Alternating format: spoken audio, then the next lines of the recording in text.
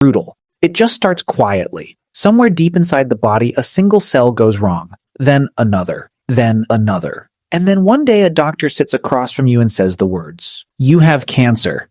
It steals years. It steals people. It hollows out families. It takes the young. It takes the old. It does not care who you are or how much you have to live for. Cancer is one of the most savage things that exists in nature. And the worst part? It's been here since the beginning. Most people think cancer is a modern disease. We blame processed food, pollution, and our sedentary lifestyles. And while those things definitely play a role, the truth is far older. In 2016, inside a cave in South Africa, they found a foot bone from a human ancestor. The bone belonged to a species called Australopithecus, or early Homo. It was approximately 1.7 million years old, and it showed clear signs of osteosarcoma, a malignant bone cancer. This was not a crack or an injury. The bone had a tumor, growing in a creature that walked the earth before our species even existed. The same study also found a benign spinal tumor in a skeleton from roughly the same time period. Scientists call these types of growths neoplasms, and finding them in fossils from nearly 2 million years ago tells us something profound. Cancer is not new. Cancer is ancient. Cancer mostly affects soft tissue, organs, skin, blood. Soft tissue does not fossilize. It disappears over centuries and millennia. What survives is bone. So what we find in the fossil record is only a tiny fraction of the cancers that actually existed. Scientists call this a preservation bias. We are only seeing the cancers that left a mark on hard tissue. That is why mummies have been so valuable. Mummies preserve soft tissue. And mummies have told us a great deal. Researchers using CT scans and advanced imaging have found tumors in Egyptian mummies that are thousands of years old. One study scanned 137 mummies and found evidence of cancer in several of them. So the fossil and mummy record together paint a consistent picture. Ancient humans got cancer regularly, but we do not have to rely only on bones and mummies. Ancient people wrote about cancer too. The Edwin Smith Papyrus from ancient Egypt dates back to around 1600 BCE. It describes bulging tumors of the breast. The text notes they have no treatment. That is a frank and devastating acknowledgement from a physician writing nearly 4,000 years ago.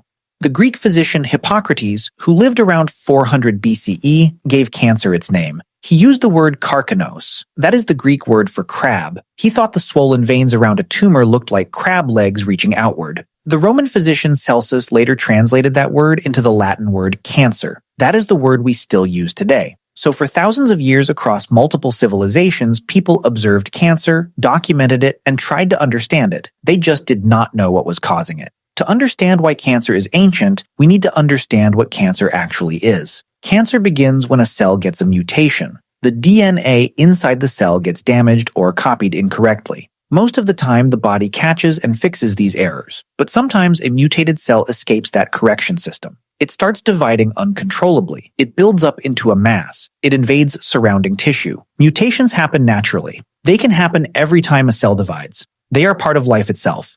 The more cells you have and the longer you live, the more chances there are for a mutation to slip through. Every living organism with cells that divide carries this risk. Dinosaurs got cancer, ancient fish got cancer, even trees can get cancer. So did ancient humans actually get cancer less frequently than we do today? The honest answer is probably yes, but not for the reasons people usually think. The biggest reason is lifespan. Most ancient humans died young. They died from infection, injury, predators, and famine.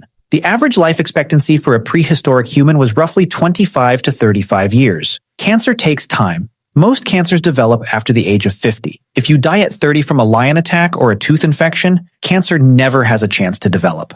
Ancient humans also had different risk factors. They did not smoke tobacco. They were not exposed to industrial chemicals. They ate whole foods. They moved their bodies constantly. All of these things reduced certain cancer risks. But they had their own risks too. Smoke from cooking fires caused lung irritation. Parasitic infections and chronic inflammation can promote certain cancers. Sunlight exposure without protection raises skin cancer risk. They were not living in a cancer-free paradise. They were just dying of other things first. So why does it seem like cancer is everywhere today? Part of the answer is that we live longer. Modern medicine has eliminated or reduced many of the things that killed people young. So we now have millions of people reaching their 60s, 70s, and 80s. That is the prime window for cancer to develop and be detected. Another part of the answer is detection. We have technologies now that can find a tumor the size of a fingernail inside the body. Ancient physicians could only see what was visible or felt on the surface. Most internal cancers went completely undetected. And yes, modern lifestyle factors do increase certain cancer risks. Tobacco is directly linked to lung, throat, and mouth cancer. Processed red meat is linked to colorectal cancer. Obesity is connected to over a dozen cancer types. UV radiation causes skin cancer.